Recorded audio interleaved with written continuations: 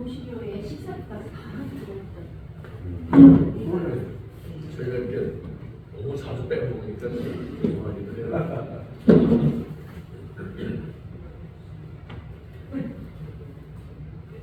예? 한번 들었습니다. 배가 고프셨나 빼는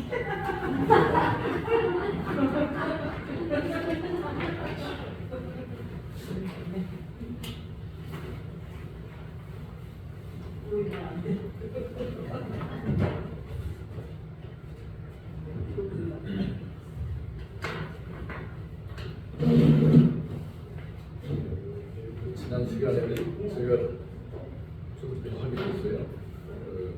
가족인이 수가가지고 이제 교회를 새로 사는데 같이 이제 교회 집사님하고 같이 하려고 했어요. 근데 그분들이 고인의 몸이 다리 부러졌던데 피를 뺐는데 그 바로 움직일 줄 알았더니 문제가 생겨가지고 고백을 했습니다. 이제 저희를 간다는 건 아니까 그 남자 집사님이 우선 휴가하실 때 조금처럼 편하게 가려주셔야 되니까 쓰던 건 그냥 저는 이제 17년씩이고 나이도 먹고 키로수도 17년 정도 넘었으니까 이제 그 차가 없애고 다른 차 드릴 테니까 그걸 가지러 오시라고 하더라고요. 그걸 가지러 가지 않았더니 수배를 했는데 새 차가 없더랍니다. 자동차 사업하는 거. 그래서 이제 매장에 있는 거 이거 갖다가 사라고 주셨는데 에이스기어도 살아있긴 한데 상당히 고가를 선물해 주셨어요. 한 1억 2천 정도 돼요. 그래서 덕분에 잘 끌고 다니는데 가족들이 잘 갔다고. 그거 받으러 가느라고 그날이 화요일이라. 예. 그래서 양은영 목사님이 사진도 보여주시고 그랬어요. 죄송합니다. 그랬어요. 그분이 교인이지만 그렇게 하기 쉽지 않아서 물어봤어요.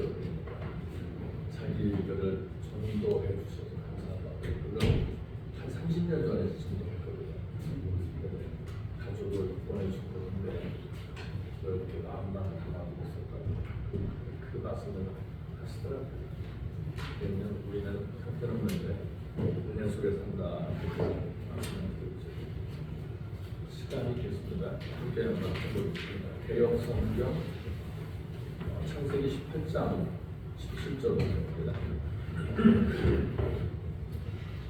창세기 18장 17절부터 19절까지.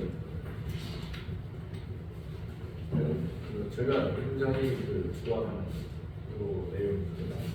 창세기 18장 17절에서부터 19절까지 찾으셨으면 함께 합니다.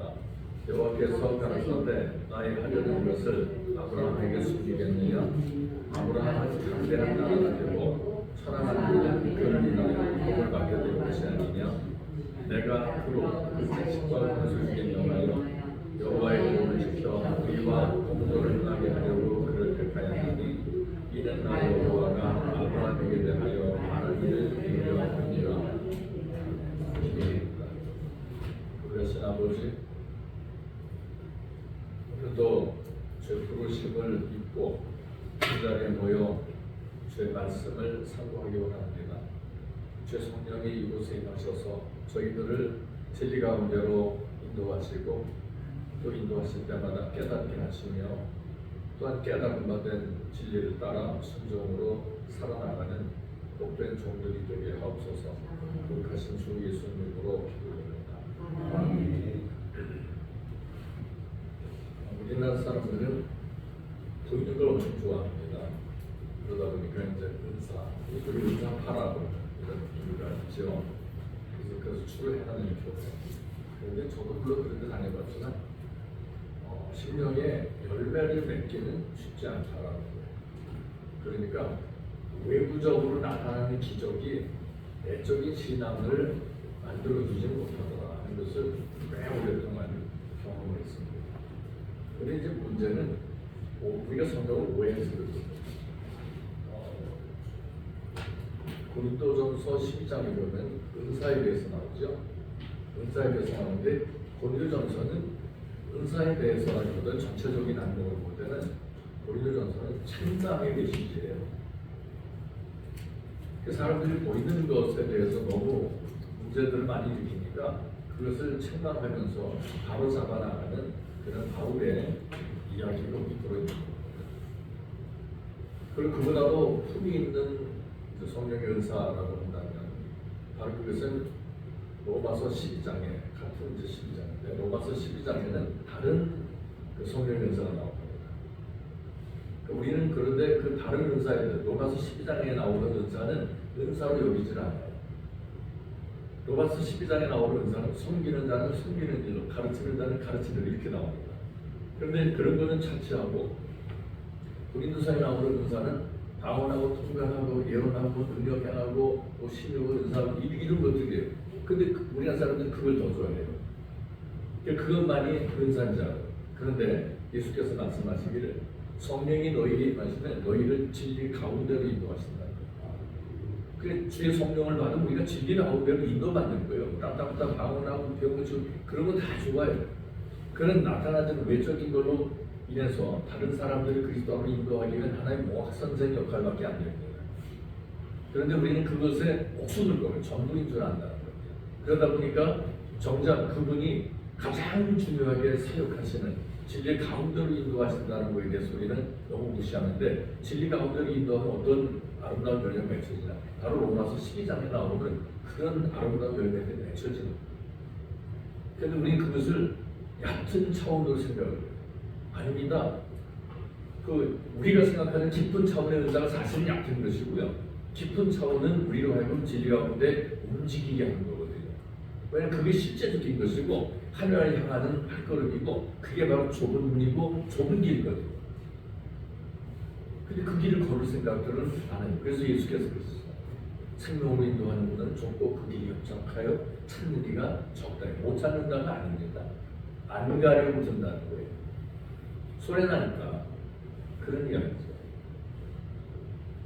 이 본문을 세 번역으로 보면 이렇게 기록됩니다. 그때 주님께서 말씀하셨다. 내가 앞으로 하려는 일을 어찌 아브라함에게 숨기랴. 아브라함은 반드시 크고 강한 나라를 이룰 것이며 땅 위에 있는 나라마다 그로 말미암아 복을 받게 될 것이다. 내가 아브라함을 택한 것은 그가 자식들과 자손을 잘 가르쳐서 나에게 순종하게 하고 옳고 바른 일을 하도록 가르치라는 뜻에서 한 것이다. 그의 자손이 아브라함에게 배운 대로 하면 나는 아브라함에게 약속한 대로 다 이루어주겠다. 어쩌면요 우리가 오늘까지 교회에서 들었던 신앙의 면하고 다른 게 나타날 수 있어요. 그러니까 우리 한국교회가 자다가 남의 집 봉창 부르기는 소리를 많이 했다고밖에 못 봐요. 그러니까 실제적인 영적인 성령 길로 백성들을 인도했어야 되는데 목회자들이 무지해서 신학교 교수들이 무지해서 그럴 수밖에 없어요. 저는 왜 무지란 말을 함부로 쓰냐면요. 제가 미국에서도 좀 강의를 들어봤어요. 조금 들어봤는데 성경을 그곳에서 가르치는 부분이 읽고 있어요. 근데 우리나라에 가서 신학을 해보니까 우리나라는 결혼만 하고 말아요. 성경을 가르치질 않아요. 그건 제가 감히 말하는데 성경 독일에서 들었던 성경 이야기를 신학교에 들어보면 교수님이 그걸 조건해요. 전사님 저하고 얘기할 때는 신학 얘기, 성경 얘기 빼고 얘기합시다. 왜 그런지 몰랐어요. 근데 나중에 알고 보니까 무식한 거예요. 속되게. 저는 어디서도 이런 얘기 했었어요. 제가 목회자를 모아놓고 세미나 때는 그런 얘기 했어요. 목사들 무식하다. 아는 체 하지 마라. 성경 배웠느냐고 물어봐요. 배운 데가 없거든요. 여기서 성경 배우셨어요? 배우지 않잖아요. 그대로 나가요. 그 뭐예요? 깡통이에요. 빈 소리만 빈 수레가 요란한 거예요. 시끄럽게만 하지. 나도 갈 길 모르는데 남을 인도한다고요? 소경이 소경이가 둘 다 부정에 빠진다고 주님 말씀하셨거든요. 그런데도 우리나라 그래서 심각성을 못 느껴요. 예전에 어떤 목사님 그런 말씀하셨어요. 정말 주님께 순종하는 그런 심령은 10,000명 모인 교회라도 5명 찾기도 힘들어요. 좀 뭔가 내다볼 줄 아는 분이 그런 말씀하셨어요. 하늘길을 제대로 가는 사람이 우리나라 교인들이 많이 다치면은 그러니까 한두 명 될까? 저는 그런 생각도 가지고 심하게요. 왜냐하면 진리에 대해서 관심이 없어요. 영원한 생명에 대해서 관심이 있느냐? 없다는 거예요. 그게 굉장히 심각해요. 근데 목회자들도 그걸 느껴야 되는데 목회자들부터가 잡지 못하고 있어요. 뭐가 뭔지 모르는 거예요. 생각해 보세요. 만약에 우리가 진리를 전한다면 진리는 단순하잖아요. 그래서 단순한 성경 진리는. 그런데 우리나라 모든 목회자들 설교를 다 몰아보면 같은 색깔이 있어요? 없어요. 사과 드셔보셨죠? 다 드셔봤을 거예요. 사과 맛에 대해서 품평을 해보세요. 안 먹었어도 얼추 맞아 들어가요. 배 그러면 배 맛이 얼추 맞아 들어가잖아요. 바나나 그러면 얼추 맞아 들어가요. 그런데 우리는 진리의 길, 생명의 길, 성경 그러면 이구동성이야. 100이면 100 다 틀려요. 왜 그럴까요? 진리는 굉장히 단순합니다. 굉장히 단순해요. 그런데 오늘 제가 인용해드린 창세기 18장의 내용을 잘 모른다는 거예요. 이 내용이 얼마나 중요한가라고 저는 이제 그걸 연결해보면 삭개오 사건으로 연결이 되는데, 삭개오가 주님 앞에 회심을 이야기해요. 그가 나무 위에 올라, 그 나무를 뽕나무라고 그랬는데, 뽕나무는 그렇게 사람 올라가는 만큼 크게 많지 않아요. 그리고 중둔동에 가면 뽕나무 없습니다. 그냥 돌, 감람나무 이런 정도예요. 근데 어쨌든 그건 뭐 진리를 이야기하기 전에 어쨌든 나무 위에 올라간다는 것은 확실하니까, 나무 위에 올라갔던 삭개오를 보시고 주님께서 내가 구원받았다라고 하지 않으셨다는 거예요. 그리고 자기 집으로 인도한데도 길에서도 말씀하지 않으셨고 집에 들어가셨을 때도 그 말씀하지 않으셨어요. 그런데 삭개오가 고백을 드리고 나서, 그 고백이 어떤 고백이지? 내가 재산을 절반이라도 팔아 가난한 자들을 주겠어. 내가 네게 토색한 것이 있다면 4배를 받겠다. 그게 이제 어디서 나왔다고 찾아보니까 출애굽기 22장 1절에 보면 사람이 소나 양을 도적질하여 잡거나 팔면 그는 소 하나에 소 5숫으로 갚고 양 하나에 양 4숫으로 갚을지니라 그랬습니다. 그러니까 이거 보면 놀라워요. 비싼 거 훔치면 많이 물어내고 작은 거 훔치면 그만큼 작게 물어내는데, 삭개오는 자기가 도둑질한 것이 작게 도둑질한 걸로 알아듣는다고. 그래서 4배나 갚겠다 그런 거예요. 그러니까 말씀으로 복귀한 거예요. 말씀대로 살겠다는 겁니다. 말씀대로 사는 데는 희생이 있다고. 재산이 절반이 없어져요. 그리고 아니 토색질에서 번 돈이 그거 다 한데 세리장이었으니까. 그러면 자기는 영원한 생명을 위해서 모든 재산을 취급하겠다는 거예요. 근데 이런 고백을 우리는 아무렇지도 않게 이야기를 해요. 선한 사마리아인의 경우에 주님께서 그 들은 사람에게 그랬죠. 뭐라고 그럽니까? 나중에 뭐라고 말씀하세요? 너도 가서 이와 같이. 그런데 우리나라 한국에는 행함이 없다라고 가르쳐요. 그래서 제가 한번 나름대로 생각을 해봤습니다. 그것은 구약이라고 하는 건 뭐냐면, 구약이라고 하는 오래된 약속이냐, 오래된 약속 아니라는 거예요. 우리가 그렇게 알고 있어요. 오래된 약속, 폐기된 약속을 하는데 그게 아니에요. 성취될 약속이에요. 신약은 새로운 약속이라기보다도 성취된 약속이에요. 이런 개념이 없으니까 이상한 소리 하는 거예요. 지금도 우리에게 구약도 필요하고 신약도 필요해요. 성취될 약속이 우리에게 남아있는 게 굉장히 많아요. 그리고 우리는 구약과 신약은 동시에 살아가는 겁니다. 두 분 중에서 생활 속에서, 우리의 신앙생활 속에서 성취돼야 할 것들이 있고 성취된 것들이 있잖아요.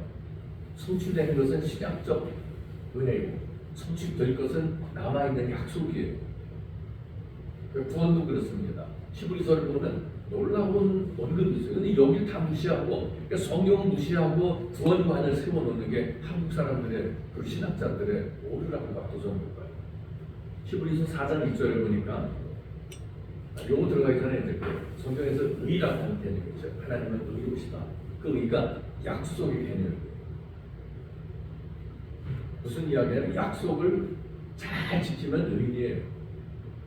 근데 저도 약속을 뭐 철저하게 못 지키십니다만, 약속을 저는 2번 어기잖아요. 그러면 약속 이상 왜냐하면 그 사람은 항상 안 할 가능성이 많아요.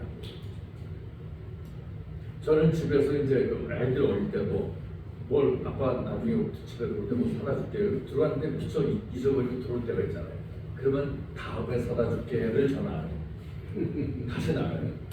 다시 나가서 반드시 그걸 사다 주고 아이들 줘요. 그러니까 아이들은 어릴 때부터 우리 아빠는 거짓말하지 않겠다. 엄마는 아이 다음에 해줄 때는 다음에 잊어버리잖아요. 근데 약속을 받은 아이들은 안 잊어버려요. 그래서 지키면 의인이에요. 자, 요셉은 의로운 사람이라고 그랬어요. 왜 그랬을까? 뭐가 의로울까? 신실하다는 거예요. 우리의 삶도 그래요. 우리의 심령이 신실해져요. 그 말은 주님께서 약속을 우리에게 허락하셨으면 그것을 이행하고자 하는 게 있어야 된다. 거기에 대해서 이제 이런 말씀이 히브리서 4장 2절로 나오는데, 그러므로 우리는 두려워하지니 그의 안식에 들어간 약속이 남아있을지라도 너희 중에 혹 이르지 못할 자가 있을까 하니라. 그들과 같이 우리도 복음 전함을 받은 자이나 들은 바 말씀이 그들에게 유익하지 못한 것은 듣는 자가 믿음과 결부시키지 아니함이라. 이미 믿는 우리는 저 안식에 들어가는도다. 그가 말씀하신 바와 같으니 내가 노하여 맹세한 바와 같이 그들이 내 안식에 들어오지 못하리라 하셨다 하였으나 세상을 창조할 때부터 그 일이 이루어졌느니라. 약속이 살아있어요. 누구에게나. 이 약속의 말씀은 뭐냐면요, 구원에 관한 거예요. 정말 우리가 심각하게 받아들여야 돼요. 히브리서 4장 2절은 구원에 관한 거예요. 그의 안식에 들어갈 약속이 남아있을지라도 너희 중에 혹 이르지 못할 자가 있을까 함이라 그랬죠. 그런데 우리는 그 구원이 이게 끝나는 것처럼 자꾸 그렇게 가르치고 그렇게 믿기를 원해요. 그러면서 뭐냐면 구원에 확신이 있느냐라고 얘기해요. 확신 가지고 구원받는 게 아니라니까요. 자, 눈 감고 서울역에서 기차 타고서 나는 신일주 간다 믿고서 부산행 타고서 신일주 간다고 철석같이 믿고 나중에 눈 뜨면 어딜까요? 신일주일까요? 부산이죠. 확신하고는 다르다니까요. 잘못된 기차 타고 잘못 가는 거지 그건 우리의 믿음 확신과는 다르다는 거예요. 그러니까 우리의 믿음은 뭐냐면 바울이 그런 얘기를 해놨어요. 우리의 믿음은 행위로서 표현되는 믿음이라고 했어요. 그 바울의 믿음이라는 단어도 잘못 인용하고 있다는 거예요. 생활로서, 삶으로, 사랑으로 표현되는 게 아니면 믿음이 아니라는 거예요. 그 야고보 사도의 내용과 같아요. 절대 다르지 않다는 거예요. 그런데 우리는 다르다고 얘기를 해요. 그 종교 개혁자부터도 야고보서를 지푸라기 부분을 빼려고 하다가 안 되니까 지푸라기 부분이라고 명명했다는 그런 이야기가 있었죠. 그러니까 애초에 시도부터가 처음부터가 잘못 보여진 게 어떻게 보면 개신교가 아닌가 이런 생각이 들 수도 있다니까요. 그 위에 세워진 그것도 바울이나 다른 제자들이 그렇게 생명 나발서 전했던 그 내용 위에 세운 게 아니라 엉뚱한 신학이라고 하는 것 위에 교회를 세우기 시작했다. 그러다 보니까 어떤 문제가 예수 믿는 게 뭡니까? 라고 제가 질문하면 목사들도 답변을 하는 분이 없어요. 저는 좀 성격이 그래요. 물어봐요. 잘난 체하고 물어봐요. 믿음 얘기하고 믿음 구원받는 믿음이 뭐예요? 라고 물어봐요. 그 정작 답변하지 못해요. 그럼 좀 그러죠. 아니 자기가 믿음에 답변도 못하면서 그 믿음을 구원받는다고요? 그 지나가는 개 묻지 않겠습니까? 믿음이 과연 뭘까요? 믿음이라는 것은 그분이 행한 것을 말하는 게 아니에요. 그래도 우리 그분이 행한 걸 자꾸 얘기해요. 십자가를 달려 돌아가. 그건 그분의 사역이잖아요. 그럼 정작 믿음은 뭘까요? 그가 누구냐는 거예요. 그가 예수가 누구냐. 답은 나오잖아요. 이사야서 9장 6절에도 나오고 요한복음 1장 1절에도 나오고 또 요한1서 5장 20절에도 나오고 빌립보서에도 나오고 도마의 말에서도 나와요. 그 정도 나오고요. 그런데 우리는 그런 것을 제대로 배우지도 못했어요. 그럼 왜 그럴까요? 가르치는 자가 배워본 적이 없으니까.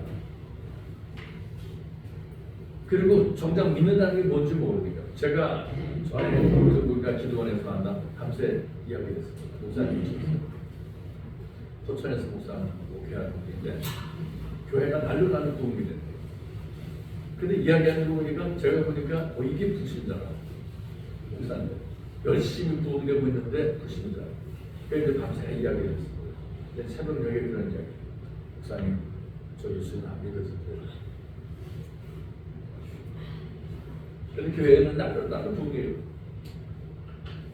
그래서 저보고 어떻게 했으면 좋겠냐고. 예수 믿으셔요. 근데 그 뒤에 연락이 주더라고요. 심히 고민된답니다. 이건 목회라고 해야 돼요. 근데 자기까지 안 믿는데 교인이 늘어나고 교회에서 막 그러니까 어떻게 해야 될지 모르겠어요. 근데 그게 남의 일이 아니에요. 그 다음날 다른 순복음교 목사님하고 또 얘기를 그 양반이 그러더라고요.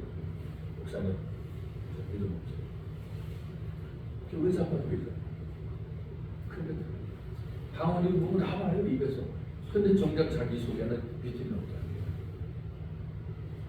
이 시간 우리도 한번 자기 자신의 믿음에 대해서 생각해봐요.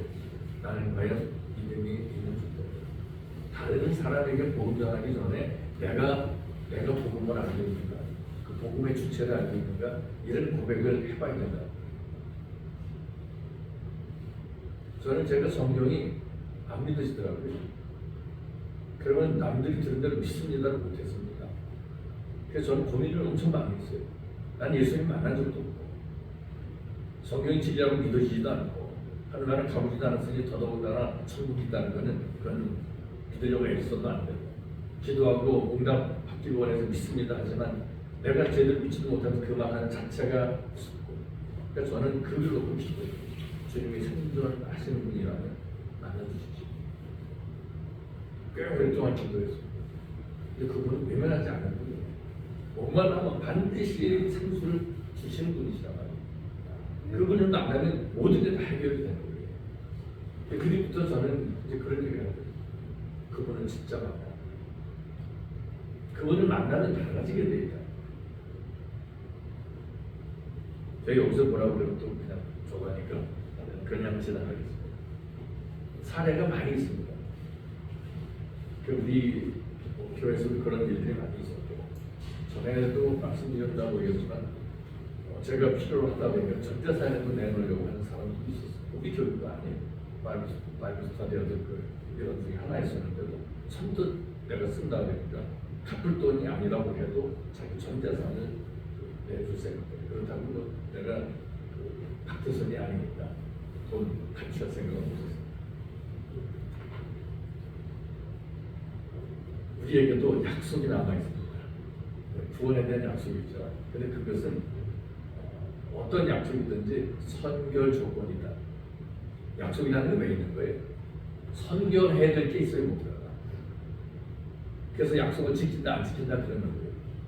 그러니까 지키지 못한다는 얘기는 선결 조건을 이행하지 않는다는 것이고 선결 조건이 예를 들어서 시간적으로 딱 못 박혀 있으면 오늘 제가 한턱 쏠게요. 근데 오늘 지나. 그럼 그거는 선결 조건이고 뭐고 이행되지 않은 거예요. 오늘이라는 날짜가 있기 때문에. 그런데 선결되어질 이런 것들이 아니라 그러면 항상 우리에게 남아있는 거예요. 그러니까 구원이라는 게 그렇다는 거예요. 누구에게나 그건 미래적 사건. 그걸 하나님의 약속이에요. 그러니까 선결 조건이 성취가 되면 다시 말하면 그리스도가 누군지 알기만 하면은 그게 자기의 것이 된다. 이행이 되는 거예요. 그래서 자, 우리 보십시다. 우리는 복음 이렇게 말하죠. 그러면 예수님이 세상에 유일하신 복음이잖아요. 말씀이 육신이 되셨잖아요. 예수가 복음이라 기쁨의 좋은 소식이에요. 그게 바로 선결 조건이에요. 근데 그 예수 믿는다는 거에 대해서 정의를 제대로 못 내리면 못 만나요. 평생을. 가르치는 자는 못 만나고 가르쳐 받는 자는 더더욱 얘기하기 어렵고 그래요. 가르치는 자가 자기가 뭔 소리 하는지 모르는데 안 되는 저기 전에 그런 얘기를 들었어요. 어떤 분이 저 큰 교회 목회자이셨는데 저희들 이제 모아놓고 그런 얘기를 해요. 아, 지난주 설교 죽었다. 전 이해를 못해요. 죽쓰는 설교가 어디 있고 제대로 된 설교가 어디 있냐고요. 얘는 전달자잖아요. 전달자라는 걸 잊어버리니까 죽을 쓴다서 얘기가 나오는 거예요.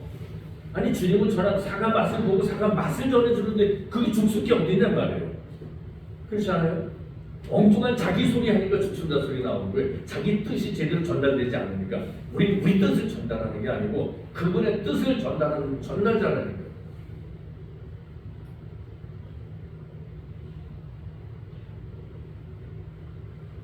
우리는 구약과 신약을 놓고 볼 때 구약은 약속, 신약을 성취로 보는 것은 주님 편에서 볼 때라고 제가 말씀드렸습니다. 그래서 이 말씀을 볼 때는 대부분의 한 세 부류 정도로 볼 수가 있는데 말씀을 해석할 때 첫째는 주님에 대해서, 두 번째는 교회에 대해서, 그리고 그 다음에는 인간의 거듭남에 대해서입니다. 이게 삶이 아니에요. 인간의 거듭남에 대한 이런 해석을 해요. 그래서 창세기의 그 창세 여정이죠. 천지창조 여정, 그게 인간의 거듭남에 관한 이야기예요. 단순히 물질만 이야기하는 게 아니다. 그리고 출애굽 과정이죠. 출애굽 과정 역시 인간의 거듭남에 대해서. 그 다음에 야곱의 그 험난한 인생이죠. 그 인생 역시 인간의 거듭남에 관한 이야기다 하는 거죠. 그 다음에 이제 성경을 해석할 때는 이제 그 깊이에 따라서 해석을 하고, 그래서 이제 그 어떤 제가 이제 그 테스트를 해본 적이 있습니다. 같은 본문인데 같은 내용에 저는 설교 원고를 준비한다고 했죠. 준비해가지고 제목만 바꿔서 4번을 설교한 적이 있어요. 교회에서. 네 번을 설교하는데 제가 그런 얘기, 제목만 바꿔서 4번째 설교를 아닙니다. 목사님이 항상 새로운 말씀 주셨습니다. 무슨 얘기인지 아시죠? 우리가 100을 전하면 100을 이해하는 게 아니에요. 그러니까 두려워할 게 없습니다. 오늘 예수 전한다고 내일 예수 전하지 못할 게 없고, 그래서 저는 요한복음 1장 1절을 엄청 많이 읽어요. 대초의 말씀이 있어요. 말씀이 하나님과 함께 하셨으니 말씀은 하나님이시다. 그리고 14절 넘어가서 말씀이 일주일에 우리 가운데 거하시니 우리가 보니 하나님의 독생자의 은혜와 진리가 충만하다. 그 이야기를 해요. 그 이사야서 9장 1절에 이런 한 아기가 우리에게 주시면 그 아기의 이름은 기물자의 모사요 전능하신 하나님의 영존하신 아버지다. 그러니까 예수님이 아들이며 동시에 아버지시다. 말씀을 성경이 하고 있어요. 근데 우리는 그렇게 말하면 저부입니다. 제가 연구원 강의 들을 때 한 300~400명 목사들이 강의 들었거든요. 그때 잠깐 쉬는 시간에 제가 그 얘기를 했어요. 구약의 여호와 그분은 예수시다고 그랬다가 이단이라고 그랬어요. 이단 나왔다. 근데 그 시간 끝나고 나서 김우 박사님이 지금 자꾸 하셨겠죠. 그 양반이 강의를 하시는데 우리 얘기 엎드는 게 아니에요. 근데 갑자기 구약의 여호와 예수님이 상관관계를 말씀하셔요. 그래서 구약의 여호와 그분 예수시라고 그러니까 다 아멘 할래 난리가 나서 그래서 내가 속을 저 병신들 옆에 저러고 예수 전했다고, 저러고 예수 안다고. 제가 그때 엄청나게 실망했어요. 그래서 제가 울면서 1년을 설교했어요. 이건 있을 수 없는 일이에요. 예수 알지 못하는 사람들이 클 수 없이 많은 신령들을 엉뚱한 데로 이끌어요. 예수를 전달하지 못한다니까요. 우리가 한번 생각해 봐야 돼요. 나는 과연 예수를 전하고 있는가라고 말해요.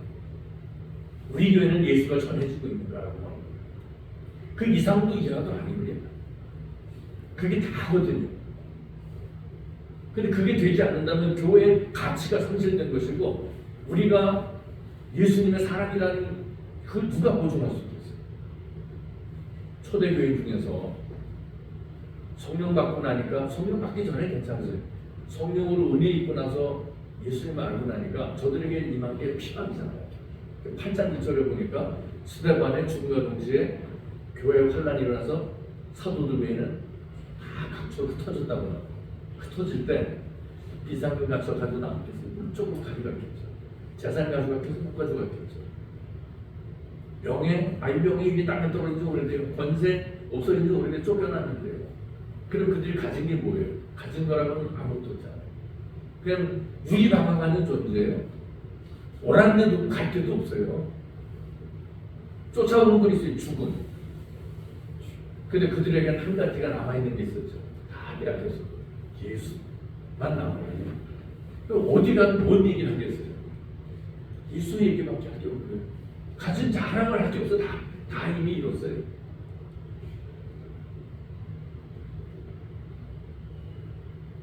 주님이 하신 일은 우리의 생각과는 달라요. 그런데 우리 한국교회는 어떻게 생각했냐면 예수 믿으면 다 찾을 거라고 하셨어요. 그런데 그렇지 않거든요. 야고보서 1장에 보면 너희가 여러 가지 시험을 만나거든 뭐라고 이렇게 있어요? 기쁘게 여기라.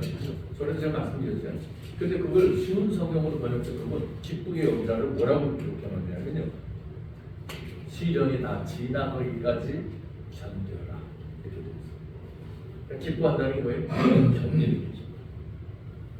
그래서 우리는 그 기쁨의 종이를 잘못 내리니까 이렇게 막 큰 애를 두고 이래야 기쁜 걸로 알아요. 근데 견디는 것도 기쁨이야. 사랑이라는 게 뭘까요? 그냥 무조건 퍼주고 막 이런 걸까요? 그건 아니에요. 오늘 제가 초두에 인용해드린 것처럼 공의와 공도를 세우는 거예요. 정직하고 진실하게 살면 사랑하는 진영인 거예요. 근데 우리는 그런 개념을 모르니까 그냥 이렇게 녹진하게 베풀고 그런 사람만 사랑하는 이런 걸로 알아요. 그럼 타고난 성품의 소유자에 달라지겠네. 그렇지 않아요. 하나님 사랑하는 사람 계명을 지키는데 계명 중에 8가지 하지 말라요. 근데 그걸 우리는 발견을 못해요. 하라고 하는 것도 대단한 게 아니에요. 부모 공경하라. 그건 기본이잖아요. 그 다음에 안식일 지켜라. 2가지 외에는 하라고 하는 게 전부 다 하지 말라요. 근데 그 계명을 서기관이 어떻게 읽었다고요? 하나님을 사랑하되 목숨을 다해 사랑하라고 읽었나이다 그랬어요. 우리하고 달라요 보는 게. 그 제가 오늘 말씀드린 게 성경 보는 관점이 이제는 좀 달라져야 된다는 거예요. 그리고 내가 내린 정의들을 이제는 수정 자체가 한번 갈아볼 때가 되지 않았느냐라고 하는 개념을 갖지 않으면 안 된다는 거예요. 그 사도들 중에서 그런 말씀이죠. 오래된 약속과 오래된 약속이 그러니까 구약이 그 오래된 게 아니다. 그 새로운 약속이다라고 했습니다. 왜 그랬을까요? 하나님의 약속은 살아있기 때문에 항상 살아있는 겁니다. 그것을 이행하지 않은 자에게는 그 선결 요건을 이행하지 않으면 항상 살아있는 약속의 말씀이에요. 그러니까 바울의 말을 보면 성도들과 성도로 부르심을 입은 자들이라고 구분합니다. 그 성도로 부름받았다는 성도가 됐다. 그 말은 구원의 반역에 섰다. 부르심을 입었다. 그에게는 아직 약속이 남아있다. 근데 우리는 세례를 주면은 뭐 교인 이렇게 말합니다. 영적으로 그런 건 아니죠. 예수님을 올바로 믿는 사람은 교인. 그리고 이제 나머지는 이제 입문자죠.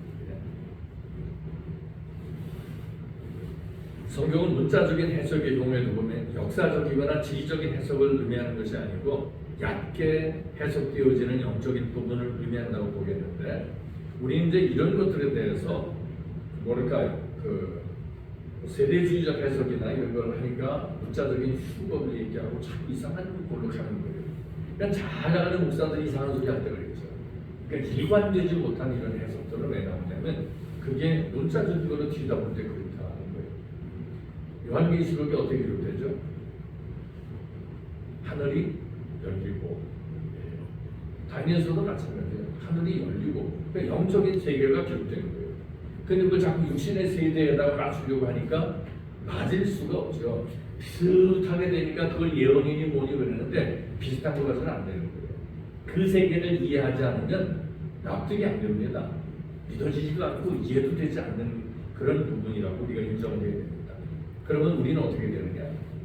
같은 입장이 돼야 되겠죠. 이사야와 같고 그리고 사도 바울, 사도 요한과 같은 그 지경이 돼야 그 세계를 이해가 되는 겁니다.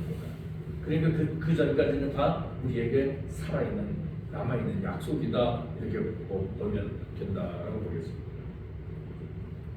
다시 말씀드리지만 성경의 주제는 하나님이십니다. 그리고 우리는 그분의 전달자들이에요. 그래서 설교 시간에 그분이 전달되거나 그분의 의존, 그분의 뜻이 전달되지 않으면 그 예배는 실패된 예배예요. 자, 구약에는 제물도 제사를 드리는데 신약에 와서 특히 개신교는 말씀 중심의 예배다 그럽니다. 그러면 그게 설교를 잘하고 말고 자꾸 이런 얘기를 해요. 근데 그게 아니에요. 원어를 해석하고 그런 것도 아닙니다. 사람들은 거기에 속아 넘어가요. 그래서 영어를 말하고 원어를 말하면 거기에 그냥 깜빡 주고 넘어가는데 그 얘기가 아니라니까요. 예배 때 하나님의 뜻이 전달되면은 이 앉아있는 사람들이 안절부절하게 할 수밖에 없어요. 온전한 사람이 있습니까? 온전한 사람은 없어요. 그래서 예를 들어서 그겁니다. 혹시 길 가다 저기 휴지 한번 버려보신 적 있으세요? 있으시면 도둑질한 겁니다. 그 무슨 도둑질이냐? 자, 그걸 버리면 누가 치우죠? 환경미화원이 치웁니다. 환경미화원은 누가 몰고 줘요? 나라에서 주죠. 그 나라의 돈은 어디서 나와요? 국민들의 주머니에서 나오잖아요. 그 결국엔 내가 휴지 하나 버린 게 전 국민의 주머니에서 훔친 것 같아요. 그러니까 도둑놈이에요. 그리고 아닌 것처럼 해서 다른 사람을 사태질하고 그러는데 도둑놈이라고 합니다. 그러니까 이런 식으로 해석을 하면은 살얼음판 받는 것 같죠. 정말 조심스럽게 살아야 돼요. 성경이 요구하는 바는 우리가 진리를 너무 모르니까 무지하니까 막 사는 거예요. 그러니까 진리에 깨어 있으면 시간이 흐를수록 점점 더 각성할 수밖에 없고, 그리고 우리는 조심할 수밖에 없어요. 밝은 빛 안에서는요 얼굴에 잡티가 너무 많이 들어요. 사람들은요 옛날에 청동도구를 제일 좋고요. 최소 자기 얼굴은 못 보자. 봐도 못 보고. 요즘에 저희 아내는 그래요. 자기 얼굴이 잡티가 너무 많이 들어요. 신경 쓰지만 나는 안경 벗으면 아무것도 안 보여요. 다른 사람은 못 믿어요. 그걸 다른 사람들을 보세요. 삶의 인생의 혼잔이라고 볼 수 있거든요. 근데 본인은 불만 있죠. 그래서 제가 그런 얘기를 하죠. 그건 바보. 그건 바보요. 그 밝은 불에서 자꾸 보니까 점점 더 심하고 진짜 밝은 빛을 우리가 그 불빛 아래 있잖아요. 그러면 거울 볼 용기 안 날 거예요. 하나님의 말씀도 그렇습니다. 우리가 깊이 있게 다가가면 오라나 죄인의 괴수로다만이 저절로 나올 수가 없어요. 은혜 입으면 입을수록 자기는 죄인으로 깨닫게 됩니다. 잘나고 똑똑한 이런 사람들이 많잖아요. 그 은혜를 몰라서 그래요. 은혜를 입으면 낮아질 수밖에 없다.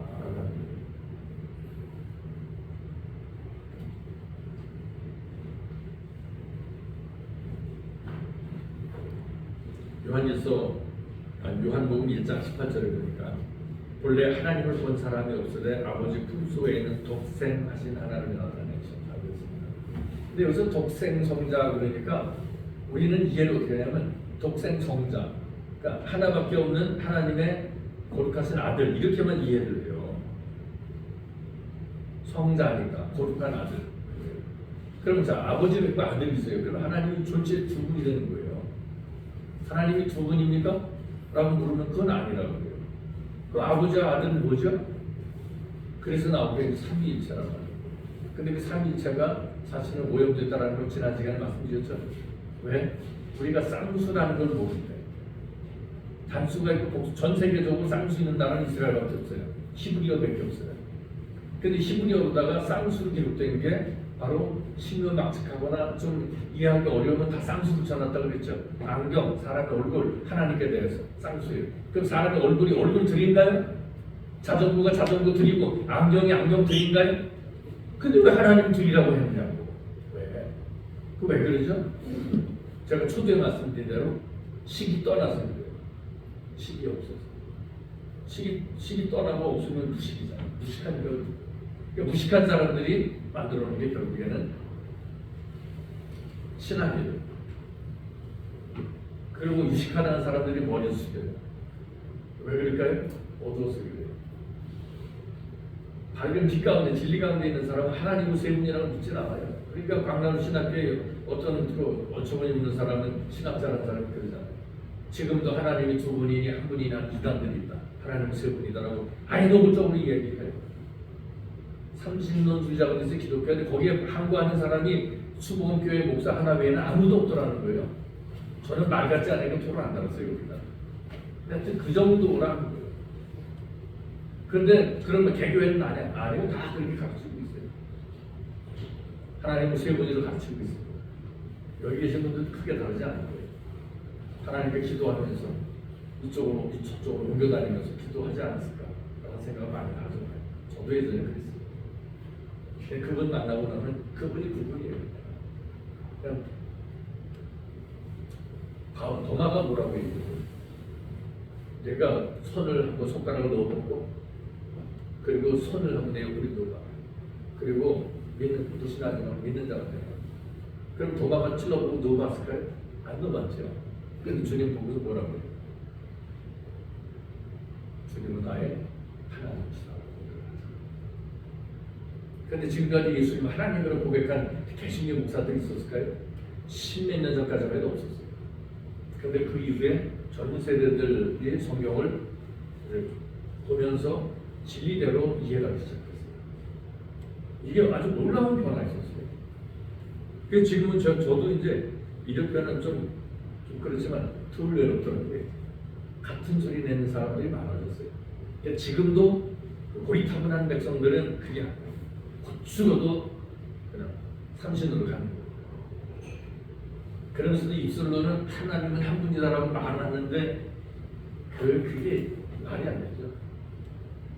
생각이 셋인데 입술로 하나라고 한다고 그게 하나가 되겠냐는 말이에요.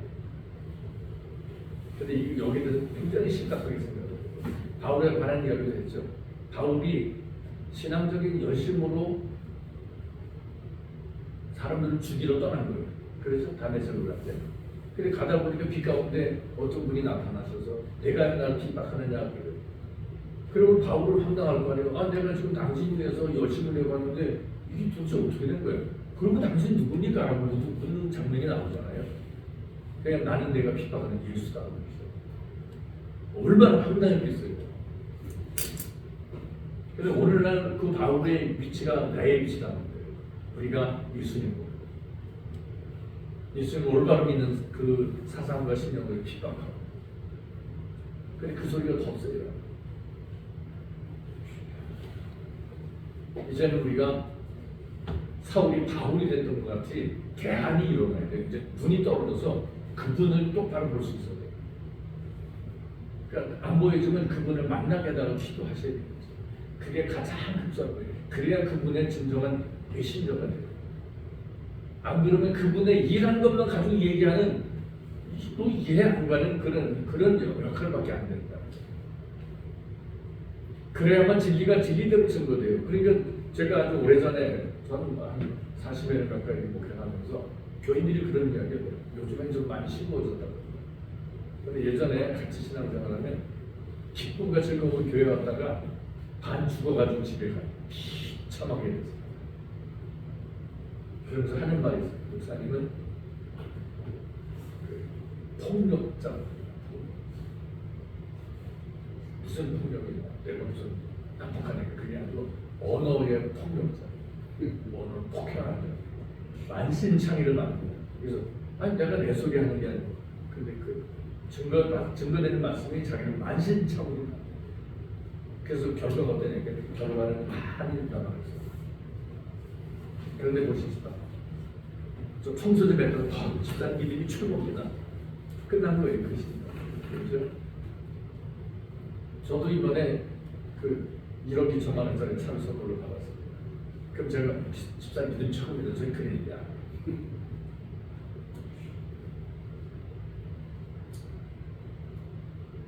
근데 우리는 그런 이야기를 해요. 열심히 성경공부 참석하나 얼마나 답답한 성경공부 참석해야겠어요. 그건 믿음 좋다고. 그게 믿음 좋은 거 아니에요. 그러니까 산 자로 만드는 게 아니라 죽는 자를 양성하는 집단이 되어버린다. 이렇게 된다. 여기에 대해서 우리만이라도 눈이 좀 떨어져야 돼요.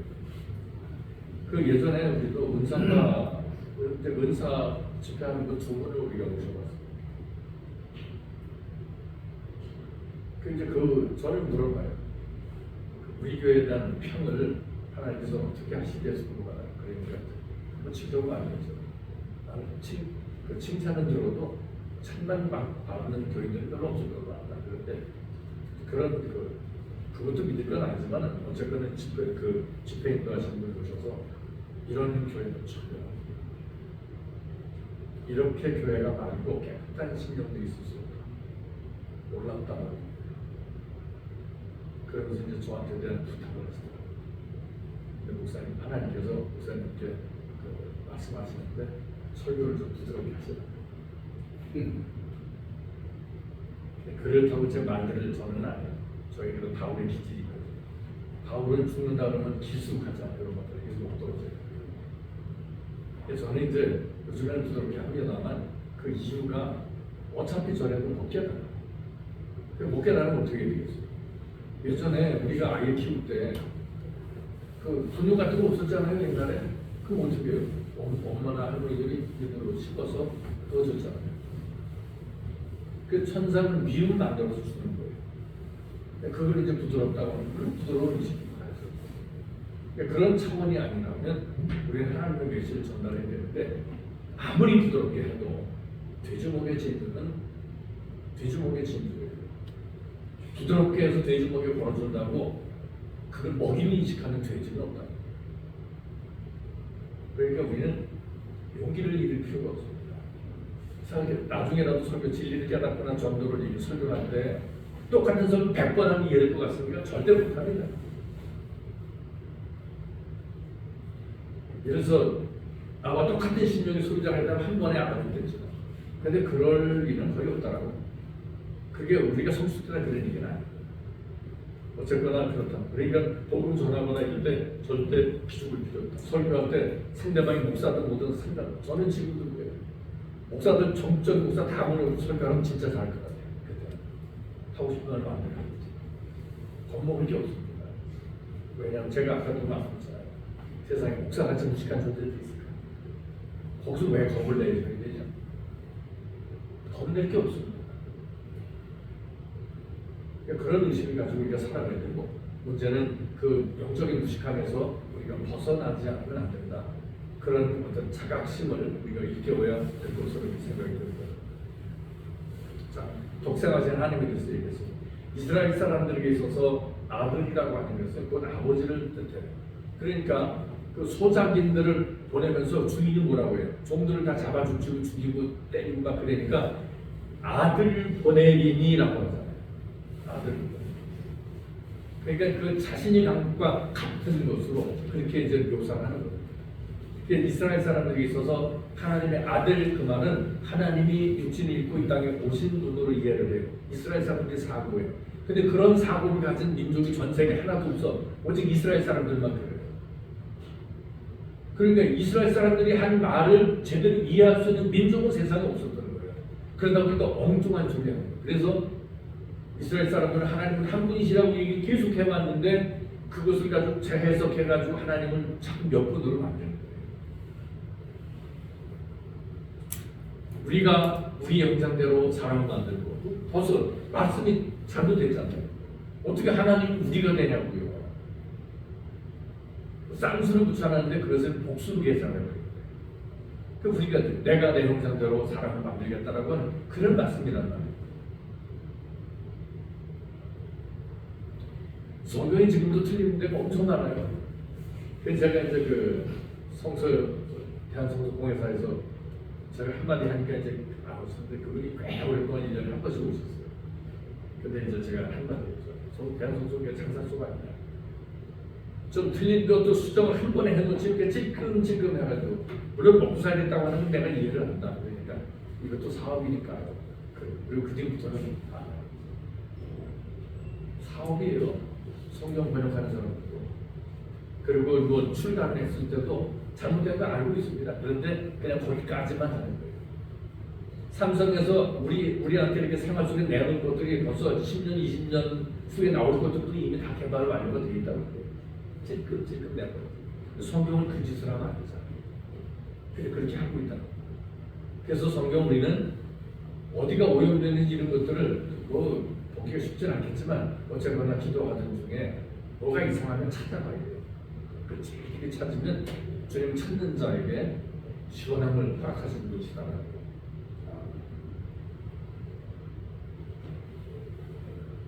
말라기서 3장 1절에 보면 내가 내 사자를 보내어 내 길을 예비하리라. 그리고 내가 그 길을 위어 너희가 기다리는 주님으로서 갑자기 내 성전에 들어갈 것이다. 제가 인용한 건 현대어 성경.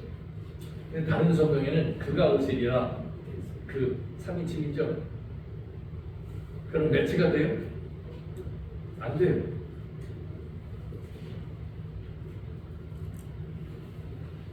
그리고 그 창세기에 나오는 아브라함과 이삭이 모리아 산으로 올라가면서의 그 대화를 킹제임스 버전 한글 그 영어를 볼 수 있으면 킹제임스 버전을 보세요.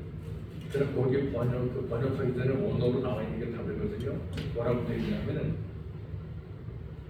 불과 나무는 여기 있는데 하나님께 드릴 어린 양, 번제물에 쓸 어린 양은 어디 있습니까? 라고 물으니까 아브라함이 아들 이삭에게 답변합니다. 하나님께서 자기 자신으로 어린 양을 사주셨습니다. 그가 준비하시자 는 것과 자기 자신이 어린 양이 되신다는 것과 차이가 있을까요? 없을까요? 하늘과 땅의 차이가 있는 엄청난 차이예요. 그러니까 우리는 세례요한이 보라 하나님이 어린 양이 되실 때 아무 생각 없이 지나갔어요. 그런데 세례요한의 그 말은 어마무시한 거죠. 보라 하나님께서 지금 육신 입고 내려오셨다. 그 말이에요. 십자가에 달려서 우리 주를 사시기 위해서 하나님이 강림하셨다는 건 엄청난 메시지인데 우리는 그 메시지 중대성을 인식도 못한단 말이에요. 이게 우리의 실정이라는 거예요. 그래서 성경은 어떻게 해석하느냐에 따라 다가오는 게 다르다고 하는 그런 의식을 우리가 갖는다면 달라질 겁니다. 다시 말씀드리면 성경은 우리가 이 땅을 잘 먹고 잘 살고 이야기하는 게 아니에요. 우리를 어떻게 하면 어떻게 하면 빨리 우리를 불러드릴까라는 주님의 애쓰심이라는 거예요. 근데 우리는 안 가려고 그래요. 무슨 암이라도 걸리거나 중병 걸리면은 저 히스기야처럼 살려달라고 그래요. 근데 바울이 그러잖아요. 그리스도 안에서 먼저 죽은 자를 못 되다고. 이사야서 57장 지난번에 봤잖아요. 주님 안에서 곧 고난당하기 전에 주님께서 빼가신다 그랬잖아요. 근데 빼가시겠다는데 그걸 안 돼요. 그리고 어떻게 기도하겠습니다. 그러신 주님, 오늘도 주님은 우리에게 자신을 계시하십니다. 드러내시는 주님을 저희들이 발견하고 주님을 다시금 영접하며 새 길을 걷게 하여 주시옵소서. 주 예수님 이름으로 기도드립니다.